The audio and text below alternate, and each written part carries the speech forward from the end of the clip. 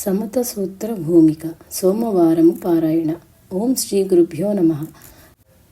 విద్యా వినయ సంపన్నే బ్రాహ్మణే గవిహస్తిని సునిచైవ స్వపాకే చ పండితా సమదర్శనః. నిజమగు పండితుడగు జ్ఞాని విద్యా వినయ సంపదలు కలుగు బ్రాహ్మణుని యందును, కుక్క మాంసము తిను చండాలుని యందును, గోవు కుక్క ఏనుగు మొదలగు జంతువుల యందును సమదృష్టిని కలిగి ఉండును. సర్వభూతముల యందును ఒకే ఆత్మను దర్శించు ఆత్మజ్ఞులు దేహ వర్ణ మత లింగ భేదములు గణింపక ఎందురు. ఇది ఏ సమత, సమబుద్ధి లేక సమదృష్టి. ఇచ్చట భావాద్వైతమే గాని క్రియాద్వైతము కాదు. మానసిక ప్రపంచమందలి భావ భేదములను తొలగించుకొని భేదరహితమగు ఆత్మతత్వమును సాధించిన పిమ్మట భౌతిక ప్రపంచమునందలి భేదములు సదాయున్నను బాధింపనేరవు అని తాత్పర్యము. దీనినే సమతాయందురు.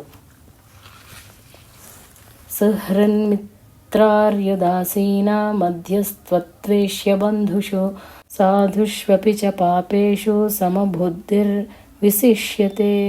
ఎవరు స్నేహితుల ఎడలను, పరిచితుల ఎడలను, తటస్థుల ఎడలను, మధ్యస్థుల ఎడలను, శత్రువుల ఎడలను, సజ్జనుల ఎడలను, పాపుల ఎడలను కూడా సమబుద్ధి కలిగి ఉండునో వాడు ఉత్తమోత్తముడు. అనగా సర్వత్రా ఆత్మదృష్టి కలిగి ఉండుట వలన సమత ఏర్పడును. సర్వభూతస్థమాత్మానం సర్వభూతాని చాత్మని ఈక్షతే యోగయుక్తాత్మా సర్వత్ర సమదర్శనః. యోగసిద్ధుడగు మహాత్ముడు సర్వభూతముల యందు ఆత్మను, ఆత్మయందు సర్వభూతములను దర్శించుచు నానాత్వమందు ఏకత్వమును, ఏకత్వమందు నానాత్వమును దర్శించుచు సమదృష్టి లేక సమ్యక్ దృష్టి లేక జ్ఞానదృష్టి కలిగి ఉండును. దీనిని ఆత్మదృష్టి అందరు. ఇందు ఉపాధి భేదములు వదిలి అన్నిటి యందును సమముగా వ్యాపించి ఉండు ఆత్మనే యోగి తన నిజ స్వరూపముగా గాంచును. షోలాపూర్ జిల్లా యందలి అక్కల్కోట గ్రామమున షవడే సపట్నేకర్ అను మిత్రులిరువురు కరరు. అందు షవడే శ్రీ సాయి భక్తుడు. వీరిరువును న్యాయవాది పరీక్షకు చదువుచుండిరి. సపట్నేకరు మంచి తెలివిగల విద్యార్థి. షవడే కొంచెము మందమతి. అతనికి చదివినవేవియో జ్ఞాపకము ఉండేటివి కాదు. అందుచే అతడు శ్రీ సాయిని దర్శించి వారి ఆశీర్వాదమును పొంది వారి దయచే తాను తప్పక పరీక్ష యందు ఉత్తీర్ణుడగందునని ధైర్యముతో ఉండెను. సపట్నేకరు షవడేకి ఏమీ గుర్తు లేకుండుటగాంచి పరీక్ష యందు ఉత్తీర్ణుడగుట కష్టమని ఎంచెను. అంత షవడే బాబా లీలల వర్ణించుచు తాను శ్రీ సాయిని విశ్వసించదననియో బాబా ఆశీర్వాదముచే తప్పక ఉత్తీర్ణుడు అగుదుననియో పలికెను. ఆ మాటలకు సపట్నేకరు పరిహసించి బాబాను కూడా వ్యతికరణ చేయుచు పలికెను. పిదప పరీక్షల యందు వారిరువురు ఉత్తీర్ణులైరి. కొంతకాలమునకు సపట్నేకరు అక్కల్కోటలో న్యాయవాద వృత్తిని ప్రారంభించెను. 10 సంవత్సరముల అనంతరము క్రీస్తు శకము 1911లో వాని కొమరుడు గొంతు నొప్పిచే మరణించెను. భార్యాభర్తలిరువురు మిగుల శోకించిరి. మనశ్శాంతికై తీర్థయాత్రల గావించి మహనీయుల సేవించి తలచెను. పండరీపురము, గానుగపురము మొదలైన స్థలములకు పోవ నిశ్చయించెను. వేదాంత గ్రంథముల పఠించెను గాని శాంతి చేకూరలేదు. అంత అతనికి షవడే మాటలు గుర్తుకు రాగా తాను కూడా షిరిడీ పోవ నిశ్చయించి తన సోదరుడుకు పండిట్ రావుతో పూజా ద్రవ్యములను టెంకాయను కొని బాబా దరికి చెనెను. కానీ బాబా వానిని దరి చేరనీయక బయటకు పొమ్మనిరి. చెయ్యున్నది లేక భయమునందుచు దూరముగా పోయి కూర్చుండిరి. ఎవరి ద్వారానైనా బాబా సన్నిధికి పోవలెనని ఎంచి బాలాషింపేను ఆశ్రయించిరి. కానీ వారిని బాబా ఎవ్విధంబను చేరనీయకుండిరి. అంత సపట్నేకరు మనమున మిగుల చింతించుచు శోకించుచుండ బాబా వానిని మసీదు నుండి తరిమివేసిరి.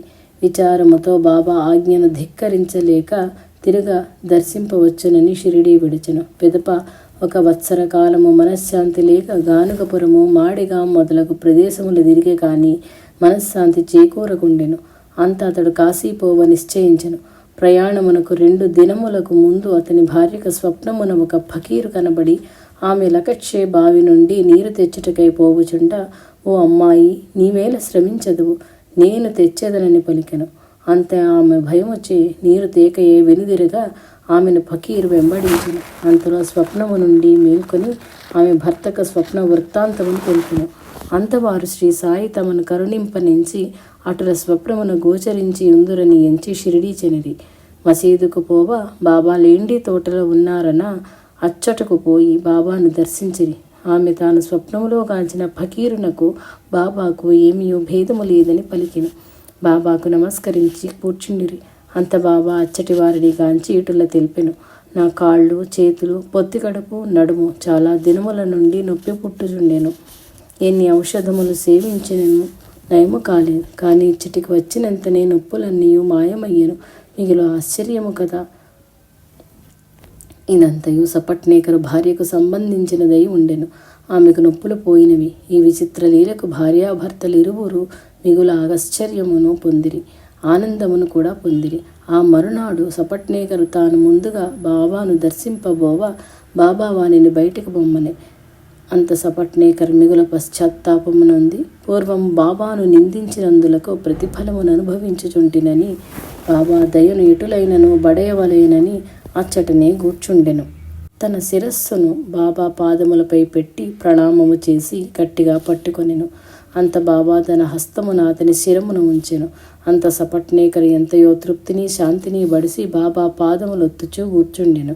అంత బాబా అచ్చటగల వానితో ఒక కొమటికి జీవితమున అనేక కష్టములు కలిగిననియో ఒక్కగానొక్క కుమారుడు మరణించిననియో తెలుపుచు సపట్నేకరును చూపుచు, వీడు తన బిడ్డను నేను చంపితినని నన్ను నిందించుచున్నాడు. లోకుల బిడ్డల నేను చంపుతును. ఇతడు మసీదుకు వచ్చి ఎడ్వనేల. అప్పుడే అచ్చటికి వచ్చిన సపట్నేకరు భార్యను చూపుచు, ఇదే బిడ్డను ఈమె యోనిలోకి తెచ్చెదను అని పలుకుచు వాని శిరముపై చేయి నుంచి, మీరలు నాయందే నమ్మకముంచుడు, మీ అభీష్టము నెరవేరనిదని గుర్తింపుడు. పవిత్ర పాదములను ఆశ్రయించిన వారలకు ఎన్నటికీ నిరాశము ఉండదు అని ప్రేమపూరిత వాక్కులను వారిని అన్వయించెను.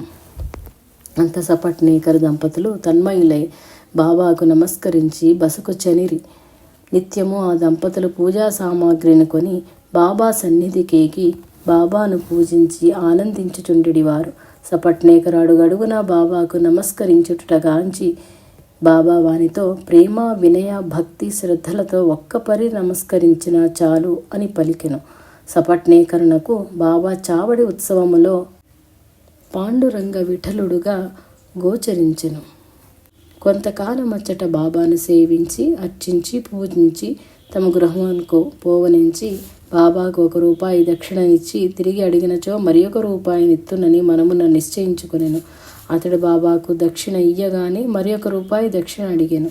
అది తీసుకొని బాబా వానిని ఆశీర్వదించి ఒక టెంకాయను వాని భార్యకిచ్చి సంశయమును వీడు సుఖముగా నుండుమని తెలిపెను.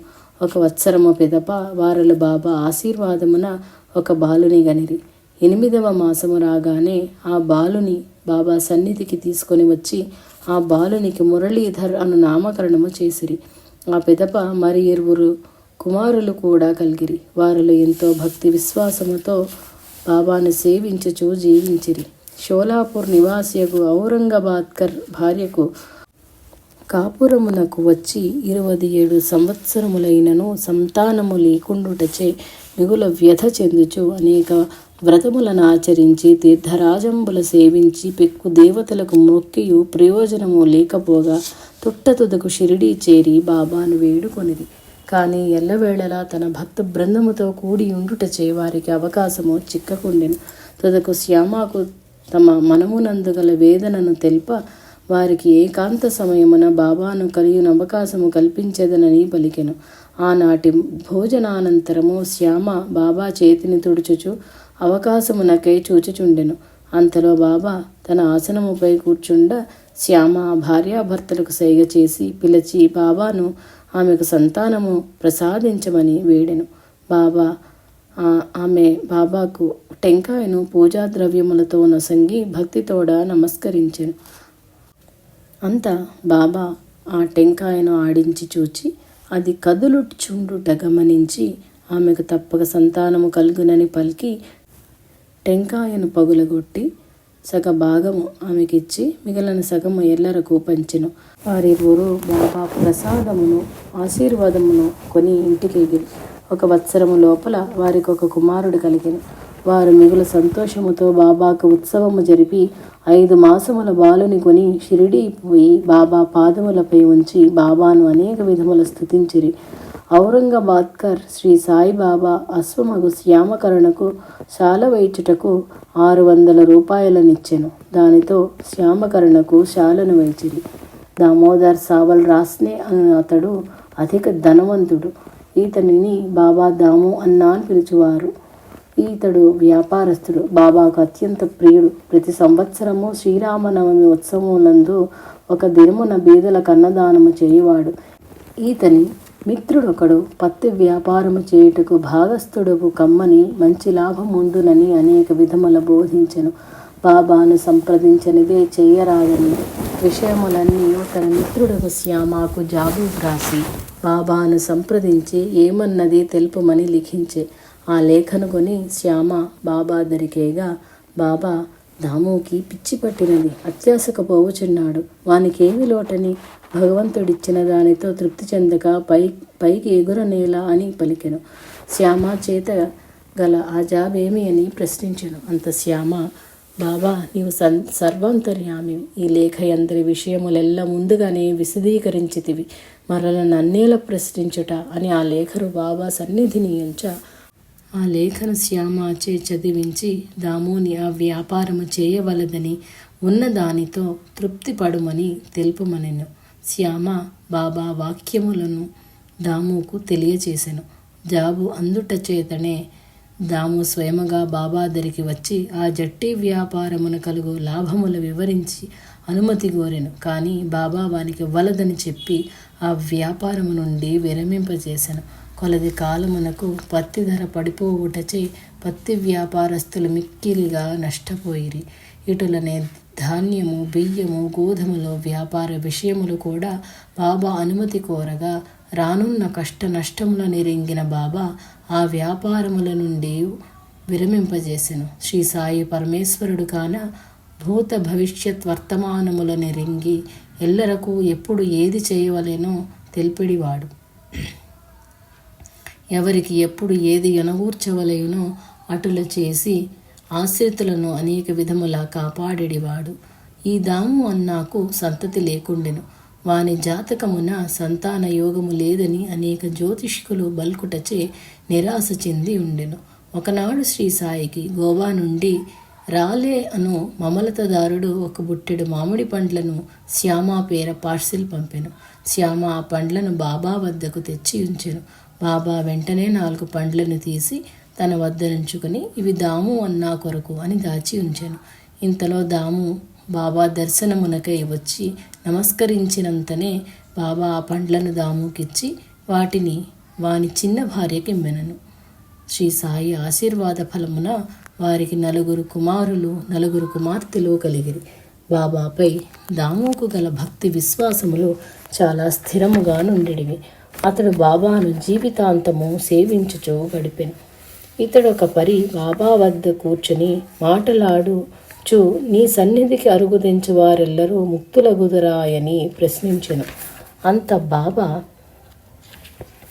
వానికి మామిడి చెట్టు పూసిన పూతంతా ఫలమగున కావు, అటులనే పూతగానున్నప్పుడే కొంత రాలిపోవును, పిందె అయిన వెనుక గాలివానలకు మరికొన్ని రాలిపోవును, ఆ వెనుక కాయలను పక్షులు మర్కటములు కొన్నిటిని తినివేయును, తుట్ట తుదకు మిగిలినవి మాత్రమే ఫలములగును.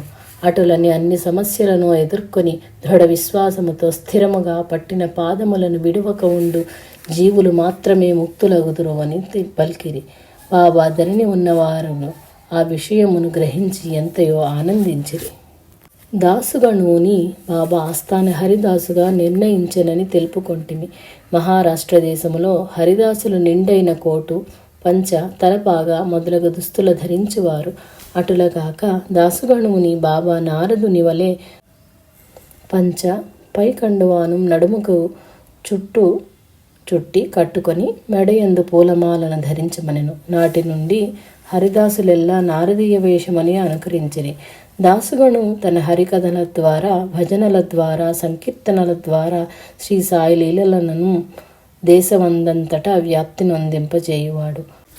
ఒకనాడు ఠాణాలో ఉన్న కౌపీనేశ్వరాలయములో దాసుగను హరికథను ఆలించుటకు చోళ్కారు అను అతడు జనెను. ఈతడు బహు పేదవాడు, సంసార భారము మోయ శక్తి లేనివాడు, చాలా బాధల వ్యధల నొందుచుండెను. అతడు శ్రీ సాయి లీలను నాలించి తన్మయుడే వారిని ఆశ్రయించి తన ఇక్కటు లీడేరనని భావించి తాను పరీక్షయందు ఉత్తీర్ణుడై ఖాయమైన ఉద్యోగము లభించినచో షిరిడీ పోయి సాయిబాబాను సేవించి కలకండను ఎల్లరకు పంచెదనని మొక్కుకొనెను. కొలది కాలమునకు వానికి గల భక్తి శ్రద్ధలకు వాని కోర్కె నెరవేరెను. చోళ్కారు కడు బీదవాడు అగుటచే శ్రీ సాయిని దర్శింపబోవుటకు కలకండను నివేదన చేయుటకు ద్రవ్యము నెటుల సమకూర్చుకొనవలయునానని యోచించి కొంతకాలము టీ యందు చక్కెర లేకుండా త్రాగి ఆ చక్కెరకగు పైకమును నిల్వ చేసి ఆ పైకముతో షిరిడీచని ఒక టెంకాయను కలకండను బాబాకు నైవేద్యమిడి ఆ కలకండను ఎల్లరకు పంచి బాబా పాదములకు వినయ విధేయతలతో నమస్కరించి నిలచెను. షిరిడీ యందు బాపు సాహెబ్ జోగ్యను వాని గృహమునకు దిగెను. శ్రీ సాయి జోగుతో నీ అతిథికి టీ కప్పు యందు విరివిగా చక్కెర వేసి ఇమ్మని తెలిపెను. చోళ్కారు ఆ మాటలకు అచ్చెరు పొంది ఆనందభరితుడగుచు తాను దాసుగను హరికథ వినినదాది జరిగిన విషయములనెల్లా తెలిపి బాబా పలుకుల యందలి అర్థమును వివరించెను. అంత బాబా వారి ఎల్లరిని ఉద్దేశించి ఇటుల తెలిపెను. మీరలు భక్తి ప్రేమలతో పిలిచినా నాకు వినపడును. నేనెల్లప్పుడూ నా భక్తుల హృదయాంతరాళమునందు నివసింతును. భక్త హృదయ బంధితుడను. నా ఎందెవరికి దృష్టియో వారి ఎందే నా కటాక్షము. నమ్మినను నమ్మకున్నను కలను. భక్తితో పత్రం పుష్పం ఫలం జలం అనునట్లు ఏది యొసంగినను ప్రీతితో స్వీకరింతును. ప్రేమ దయా భక్తి విశ్వాసములే నేను మీ దరి నుండి కోరెడివి అని వారెల్లరకు బోధించి ఊది ప్రసాదమున సంగి ఆశీర్వదించి అనిపెను. చోళ్కారు అమితానంద భరితుడగుచు గృహమునకి ఎగెను. కాజీ వైద్య అనునాతడు నాసిక్ జిల్లాలోని వాణి ఎందుగల సప్తశృంగి దేవత ఆలయ పూజారి.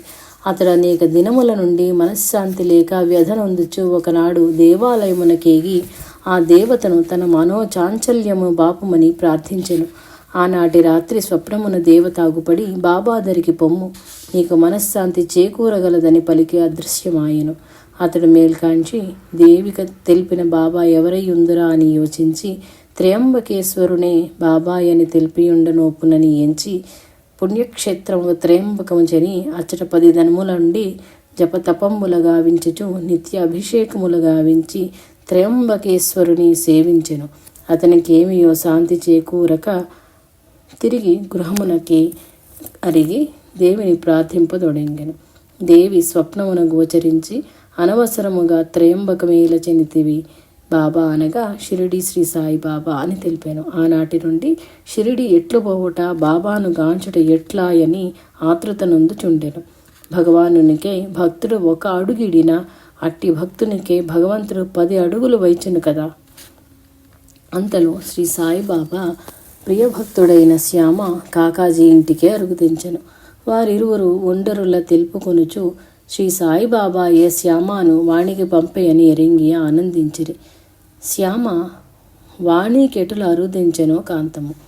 శ్యామ బాల్యమున అతని తల్లి ఇలవేల్పుకు సప్తశృంగి దేవతకు బాలుని ఆరోగ్యము కొరకు శ్యామను వాణి అందలి దేవి సన్నిధికి తోడ్కొని వచ్చి ఆమె పాదముల పెట్టెదననియే. తదుపరి ఆమె కుచుములపై తామర వ్యాధి సోకి తనకు నయమైన వెండి కుచుముల సమర్పింతునని మొక్కుకొనెను. ఆ మొక్కులు తీర్చకయే ఆమె కనుమూసెను. చనిపోవునప్పుడు శ్యామను పిలిచి ఆ మొక్కును తీర్చమనెను. కాలగమనము 30 సంవత్సరములు గతించెను. ఆ మొక్కుల సంగతి మరచి ఉండెను. ఆ గ్రామమునకు ఒక జ్యోతిష్కుడు రాగా శ్యామ తమ్ముడగు బాపాజీ వాని వద్దకు చని తాము చాలా ఇడుముల మునింగి ఉంటిమని దాని కారణం ఏమని ప్రశ్నింప ఆ జ్యోతిష్కుడు వారి జాతకములగాంచి వీరు సప్తశృంగి దేవత మొక్కులు మరిచి తిరిగాన ఆ దేవతయే మీకు ఇడుములు తెచ్చుచున్నదని తెలిపారు. వారికి తల్లి అంత్య సమయమున చెప్పిన విషయము గుర్తుకు వచ్చి రెండు వెండి కుచముల చేయించి వాటిని కొని బాబా దరికేగి శ్రీ సాయిబాబాయే తన సర్వస్వంబని సర్వరూపుడని సాయి సప్తశృంగి దేవతయం గూడాయని బాబా పాదములపై ఉంచి నమస్కరించి మొక్కును తీర్చమని ప్రార్థించెను. అంత బాబా సప్తశృంగి దేవతకు వానికి పోయి మొక్కుల చెల్లింపుమనే బాబా వాక్యములను ఉల్లంఘింపనేరక అతడు వెంటనే వాణి చేరి దేవిని పూజించి పూజార్యగు కాకాజీ ఇంటికి చేరెను. అక్కడి దేవతకు శ్యామ మొక్కుల చెల్లించి ఇరువురు కలిసి షిరిడి చేరిరి. కాకాజీ బాబాను దర్శించినంత తోడనే తన మనోచాంచల్యము బాసి శాంత మనస్కుడై ఆనందించెను. దర్శన మాత్రముననే శాంతి లభింప బాబా యందు అత్యధిక భక్తి ప్రేమలతో 12 దినములందు ఉండి సేవించి ఆనందించి బాబా ఆశీర్వాదమును ఓది ప్రసాదమును కొనిచెనెను. దాదాసాహెబ్ కపర్థే అనునాతడు అమరావతిలో ప్రసిద్ధికెక్కిన న్యాయవాది. అతడు అధిక ధనవంతుడు, ప్రజ్ఞాశాలి, నిరాడంబర జీవి. తనకు గల పాండిత్యమును గూర్చి ఎన్నడూ గర్వించి ఎరుంగడు. వాని భార్యయు కూడా మిక్కిలి అణుకువగలిగి భర్తకు అనుగుణముగా తగిన రీతిని ఉండిడిది. సుగుణముల ప్రోవు వారిరువురు షిరిడీ చని బాబాను సేవించుచు కొంతకాలము గడుపనించిరి. 4 మాసములు బాబా సన్నిధిని గడిపిరి. అతడెన్నడును బాబా దరిని మాటాడి ఎరుంగడు. మానవుడెంత జ్ఞానవంతుడైనను పరమేశ్వరుని ముందు వాని జ్ఞానము సూర్యుని ముందు దివిటీ వలె ఉండునని ఎరింగినవాడు. అటులనే బూటి నూల్కర్లు కూడా కపర్థే వలనే ఎన్నడూ బాబా సన్నిధిని మాట్లాడి ఎరుంగరు. కపర్థే చనిన అనంతరము మరి 3 మాసములు వాని భార్య బాబాను సేవించుచు కాలము గడిపెను. షిరిడీ యందు ప్రతి నిత్యము భోజన పదార్థములు తాను స్వయముగా వండి బాబా కొరకు కొనిపోయిడిది.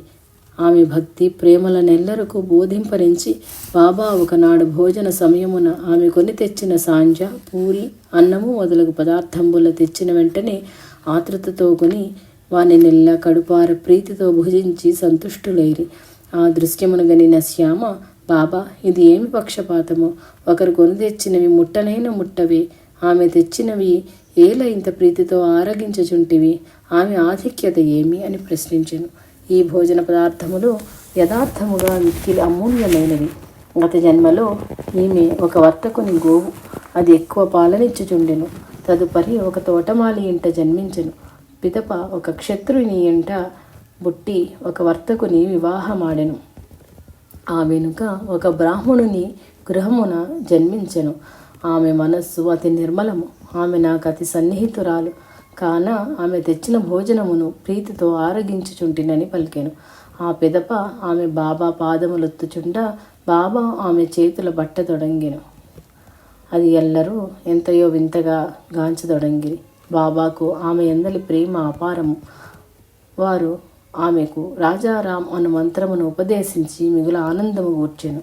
గురు శిష్యులకు భేదము లేదని వారలొండరలు సేవయొనగూర్చుకొందురని బాబా పిదప తెలిపెను. శ్రీ సాయి పురాణాది గ్రంథముల చదువు వారలనెల్లప్పుడూ ప్రోత్సహించువాడు. ఒకనాడు బాపు సాహెబ్ జోగ్నకు ఒక పార్సిల్ వచ్చెను.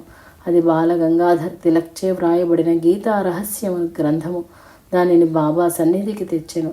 బాబా దానిని చేతకొని పేజీలన్నీ త్రిప్పి తిరిగి దానిపై రూపాయిని ఒకదానిని ఉంచి జోగునకిచ్చి దీన్ని పూర్తిగా చదువు, నీకు మేలు చేకూరగలదని ఆశీర్వదించెను. కొందరు భక్తులు కొన్ని పారాయణ గ్రంథముల బాబా చింత నుంచి సాయి తాకి పవిత్రము చేసిన గ్రంథములు తమ దరి ఉంచుకొని బాబా తమ వద్దనున్నారని ఆ గ్రంథములను పఠించుచుండువారు. కాకా మహాజని ఒకనాడు ఏకనాథ భాగవతమును కొని బాబా దరికేకెను. అచ్చటనే గల శ్యామ ఆ గ్రంథమును చదువుట మనమున ఊహించెను. అంత బాబా ఆ గ్రంథమును కొని శ్యామకిచ్చి దానిని భద్రపరచుము అని పనికి వచ్చునని పలికెను. శ్యామ దానిని కాకా మహాజనికి ఇయ్యవలెను కదా అని పలక వలదని శ్యామ వద్దనే ఉంచమనెను. పిమ్మట మరి కొంతకాలమునకు కాకా మహాజని మరి ఒక భాగవత గ్రంథమును తెచ్చెను. దానిని పవిత్రమునర్చి కాకా సంగి అది వానికి మేలనగూర్చునని పలికి ఆశీర్వదించెను. బాబా ఒకనాడు శ్యామాచే విష్ణు సహస్రనామములను పఠింపచేసి మేలనగూర్ప నిశ్చయించెను. అంత మసీదునందు నిత్యము బాబా సమక్షమున రామదాసీయనునాతడు అనేక మత గ్రంథములను పఠించువాడు. అతడు మూర్ఖుడు, బహుకోపిష్టి. బాబా విష్ణు సహస్రనామముల గ్రంథమును శ్యామాకీయనించెను. రామదాసి నడుగా అతడీయడని రింగి వానిని సోనాముఖి విత్తులు కొని తెమ్మని పంపి ఆ గ్రంథమును తీసి శ్యామాకు వసంగి దానిని నిత్యము ఒక్క నామము చొప్పునైనను పఠింపమని, దాని మహిమ అమోఘమని, తాను వ్యధలలో ఉన్నప్పుడు ఆ గ్రంథమును తాకినంతనే తన మనశ్శాంతి పొందితిననే. ఒకానొకప్పుడు ఏకనాథ భాగవతారుడు ఒక బీద బ్రాహ్మణునిచే బలవంతముగా చదివించి వానికి మేలు చేకూర్చెను అని తెలిపెను. కానీ శ్యామ రామదాసి విషయము ఎరింగినవాడు ఒకటచే అతడు తగువులాడుననియో అదియుంగాక తనకు ఆ సంస్కృతము రాదని తనకి వరదనియో పలికెను. బాబా ఊరు కొనక ఆ గ్రంథమును శ్యామ చేతి అందుంచి తన వద్దనే ఉంచుకొనమని, దాని వలన గొప్ప మేలు కలుగునని చెప్పాను. ఇంతలో అంగడి నుండి రామదాసి వచ్చినంతనే అచ్చట కల అన్నా చించినికర్ ఎల్ల విషయములు రామదాసికి ఎరింగించెను. అంత రామదాసి శ్యామాయే బాబాచే అటుల చేయించనని ఎంచి శ్యామాపై తగవునకు తీవ్రముగా సిద్ధపడాను. అంత బాబా రామదాసిని ఉద్దేశించి, ఏమిది, ఇంతకాలమే విష్ణు సహస్రనామముల చదువుచు మనోవికారములు నరికట్టలేకుంటివా? అటులైన పఠనమేల, శ్యామాయం కూడా మనవాడే కదా. అదీగాక ఆ గ్రంథమును నేనే శ్యామాకు వసంగితిని. తగులాడెదవేళ శాంత వచనములతో ప్రేమతోడ సంచరించలేవా? ఇన్ని దినములై చదువుచున్న నీకు అయ్యది కంఠస్థమై ఉండవలెను అని ప్రేమతో మనసు కరుగ వాని మనస్సునందుగల కల్మషమంతయు కడుగుకొని పోవునటుల పలికి వానిని శాంతింపచేసెను. ఆ వెనుక రామదాసి తన దోషము నిరింగిన వాడై పంచరత్న గీతియను గ్రంథమును శ్యామా నుండి గొనెను. బాబా అత్యంత ప్రేమతో ఇరువురకు మేలొనగూర్చెను. శ్యామ క్రమముగా సహస్రనామములు ఇతరులకు బోధించునంతటి ప్రావీణ్యతను ఉందే. పూనా ఇంజనీరింగ్ కాలేజ్ ప్రిన్సిపల్ను బోటి అల్లుడు అగు జీజీ నార్కేకు బోధించెను. ఇటులనే బాబా ఎవరికైనను ఏ విషయమైనను బోధించవలెనన్న విచిత్ర రీతులను అనుసరించుచుండెడివాడు. ఒకప్పుడు దాసుగణం ఈశోపనిషత్తును మరాఠీ భాషలోకి తర్జుమా చేసెను. గ్రంథము తయారైనది కానీ దాని సారాంశం అతడు గ్రహింపలేకపోయాను. ఎందరు యొద్దకేగినను ఏరును సరియగు రీతిని బోధింపలేకపోయిరి. అంత దాసుగను బాబా వద్దకు వచ్చి దాని సారాంశమును బోధింపమనెను. అంత బాబా విల్లిపార్లేయందు కాకాసాహెబ్ దీక్షితుని నౌకరీ పిల్ల దాని సారాంశమును విశదపరచగలదు అనెను. ఇది ఎటుల సంభవమో ఏరును ఊహించలేకపోయిరి. బాబా వాక్కునందు పూర్ణ విశ్వాసపరుడగు దాసుగను విల్లిపార్లేజని కాకాసాహెబ్ దీక్షితుని గృహమునకు ఎక్కెను.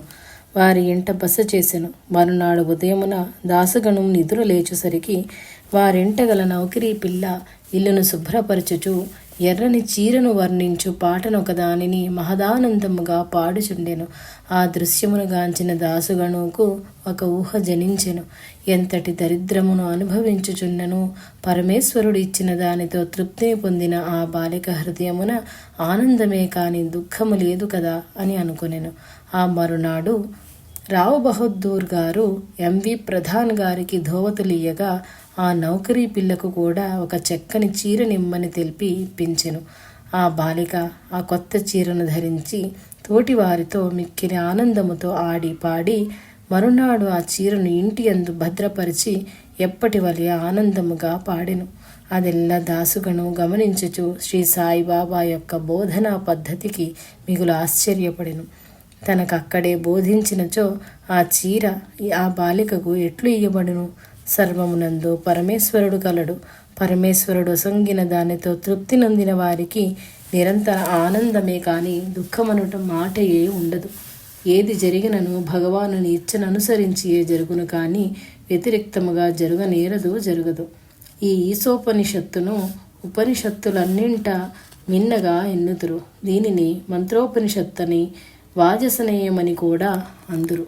ఠాకూర్ అనునాథుడు పట్టభద్రుడు. ఇతడు రెవెన్యూ శాఖలో గుమాస్తాగా పనిచేయుచు ఉద్యోగరీత్యా సర్వే పార్టీతో వాద్గామను గ్రామమునకు వచ్చిరి. అచ్చట అప్పయ్యను కన్నడ యోగిని దర్శించెను. వారిని దర్శింపనేగుసరికి వారు విచారసాగరమున వేదాంత గ్రంథమును సభలో ఉన్న వారికి బోధించుచుండిరి. ఠాకూర్ చని నమస్కరించినంతనే ఆ యోగి అతనిని ఆ గ్రంథమును చదువుమని, దాని వలన అతని కోరికలు నెరవేరునని తెలిపెను.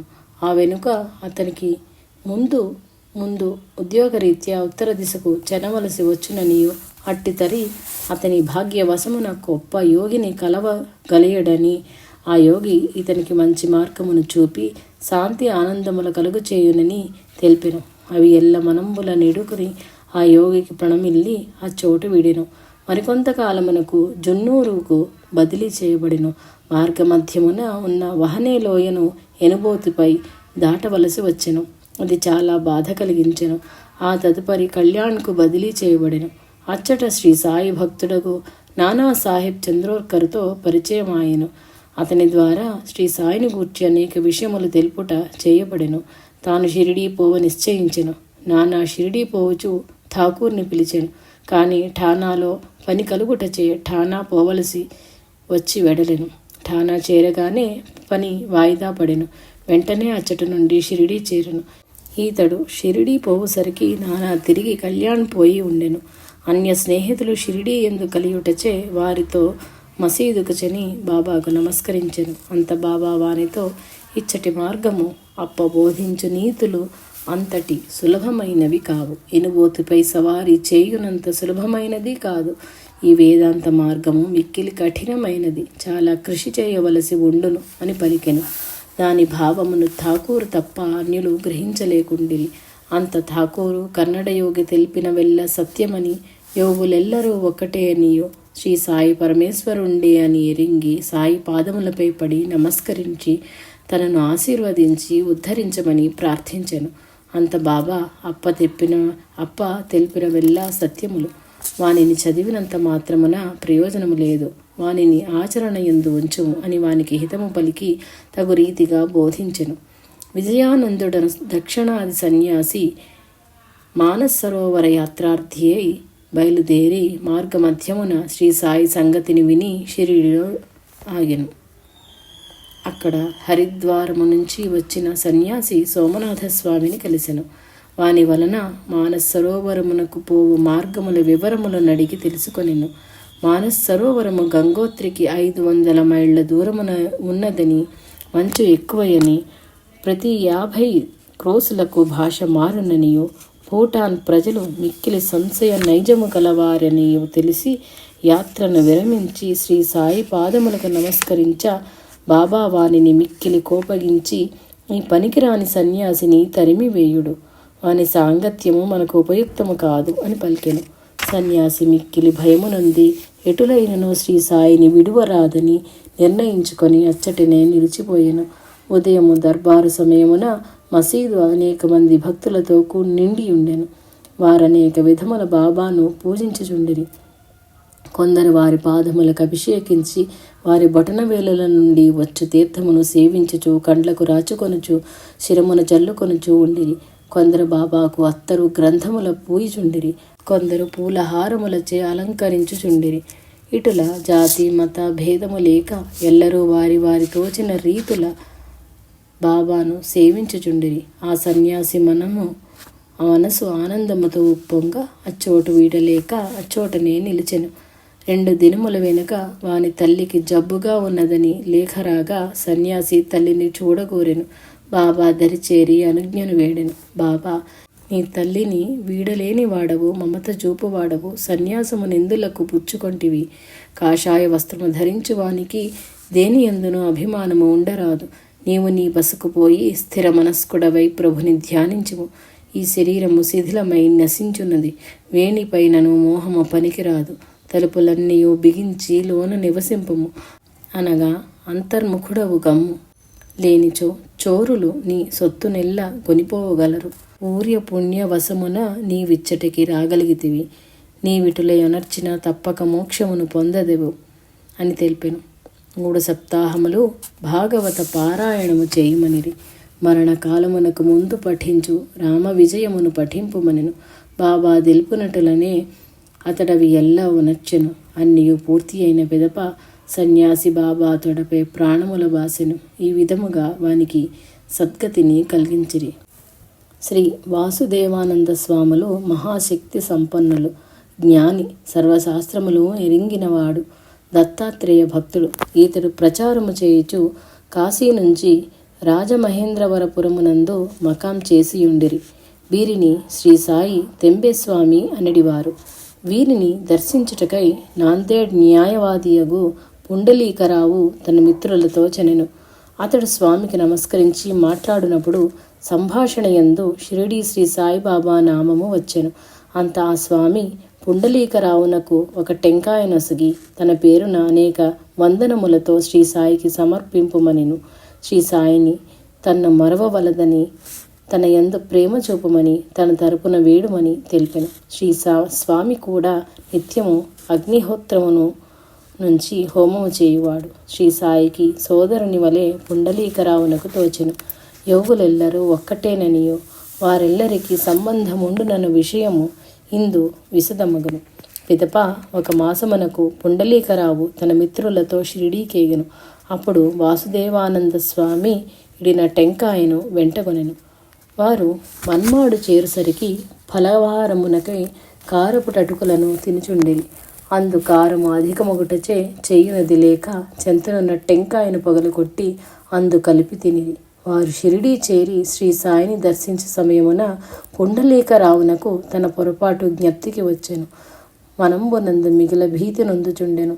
సర్వజ్ఞుడగు సాయి వానిని గాంచి తన సోదరుడుగు తెంబెస్వామి అసంగిన టెంకాయను తెమ్మని అడిగెను.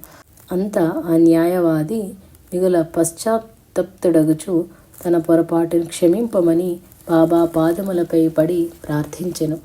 వేరొక టెంకాయను ఒసంగెదనని పలికెను. కానీ బాబా తన సోదరుడు ఒసగిన టెంకాయ విలువ చాలా అధికమని, దానికి సాటి అయినది లేదని తేలినవని పలికి పిదప అతనిని విచారింపవలదని, తన సంకల్పము చేతనే ఆ టెంకాయను వారలు భుజింపగలిగిరని పలికి వాని ఆందోళనను తీర్చి వానిని ఆశీర్వదించెను.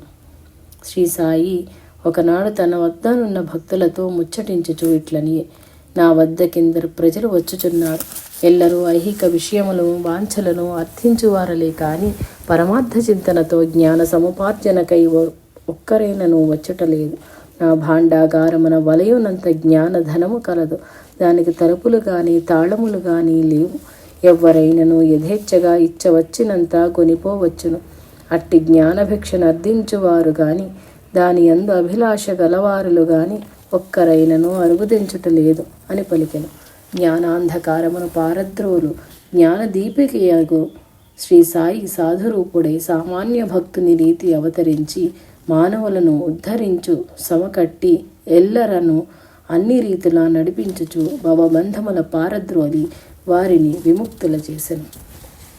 ఒకనాడొక మార్వాడి అష్టైశ్వర్య సంపన్నుడు ప్రాపంచిక చింతలయందే మునుగుచు మిక్కుటముగా ధనమార్జించి ధన సంపాదనయే జీవిత ధ్యేయముగా నుండివారు. శ్రీ సాయినాథుని కీర్తి విని తన మిత్రులతో తనకు ఇహసుఖ సంపదలకు ఎట్టి లోపము లేదనియు బ్రహ్మజ్ఞానమును ఆర్జించుటకై శ్రీ సాయి దరికి ఏగుచుంటినని పలికెను. అంతా ఆ మిత్రులెల్ల బ్రహ్మజ్ఞానము మన అంగడిలో లభించు వస్తువు అనుకొంటివా? ఇహలోక లంపటుడవై అధిక ధన వ్యామోహితుడగు నీవు బ్రహ్మజ్ఞానమును ఆశించుటయా? బ్రహ్మజ్ఞానము ధన సంపాదన ఎంతటి సులభమైనది కాదు. పేరాసగలవాడు ఎన్నడైనా ఏవి సత్కార్యములు చేసియుంటివా? ఏరికైనను ఒక్క పైసా అయినను ఇచ్చుట మేము చూచి ఉండలేదే. అట్టి నీవు బ్రహ్మజ్ఞానమర్థింపజనుట శోచనీయమనియో అట్టి ఊహయను విరమింపమని హితవు పలికిరి. కానీ మిత్రుల మాటల పెడచెవిని ఇడి రాను పోను టాంగానొక దానిని మాట్లాడుకొని షిరిడీ చేరి బాబా దరిని గల భక్తులనెల్లా దాటుకొనుచు బాబా దరికేగి పాదములకు నమస్కరించి కనుల కద్దుకొని, బాబా నీ మహిమల వింటిని, నీ దరికి అరుగుదెంచు వారిని అర్థించినదెల్లా లేదనక కాదనక యొసంగుచుంటివని వింటిని. నాకు ఐశ్వర్యము కలదు, సుఖము కలదు, ఆరోగ్యము కలదు, దేనికి నీ లోటు లేదు, సమస్తము గలవు. కానీ మీ దరి నుండి బ్రహ్మజ్ఞానమును పొందుటకై ఎంతయో దూరము నుండి రానుపోను బాడుగకు టాంగాను కుదుర్చుకొని క్షణము తీరికలేని వ్యాపారమును వదిలి వచ్చి ఉంటిని. వెంటనే వెనుతిరిగి పోవలిగాన ఆలసింపక నాకు బ్రహ్మజ్ఞానమును వసంగము అనెను.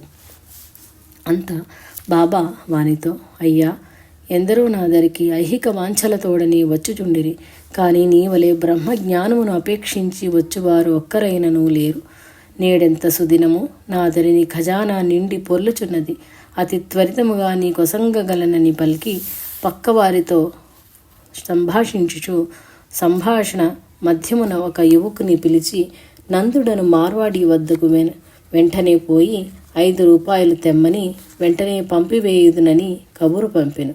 వాడు నందుని ఇంటికేగి తిరిగి వచ్చి వాని ఇంటికి తాళము వేసి ఉన్నదని తెలిపెను. అటునైన మరొక దుకాణదారుడైన బాలాజీని అడిగి తెమ్మనెను.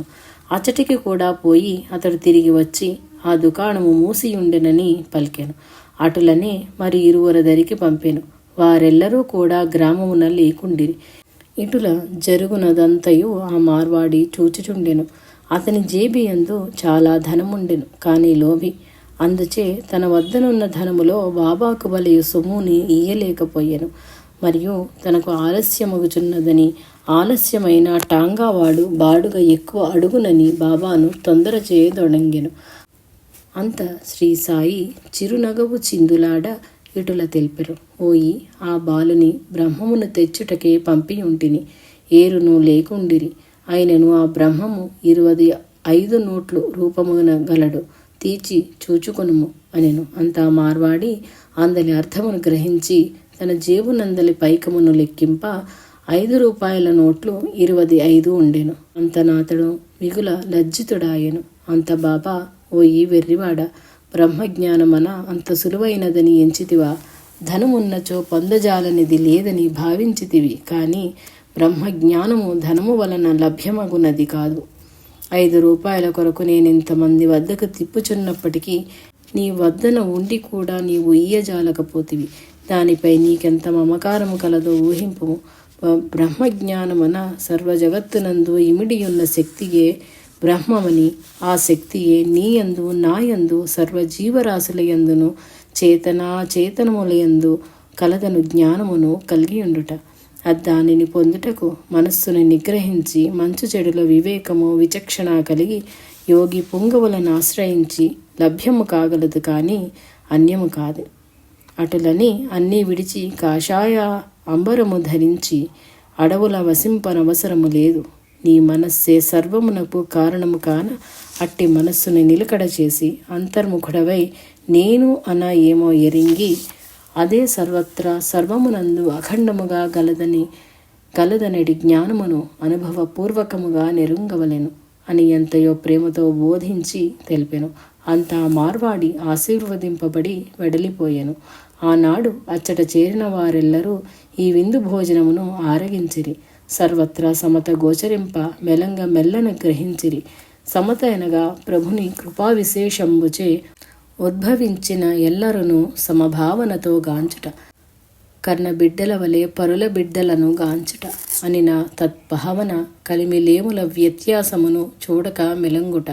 సమత లోక కళ్యాణమనగూర్చును. జ్ఞానయుక్తుండే సమదృష్టిని జూచుట, అజ్ఞానము నశించుట చేత సమత ఏర్పడును. ఏతత్సర్వం శ్రీ సాయినాథార్పణమస్తు.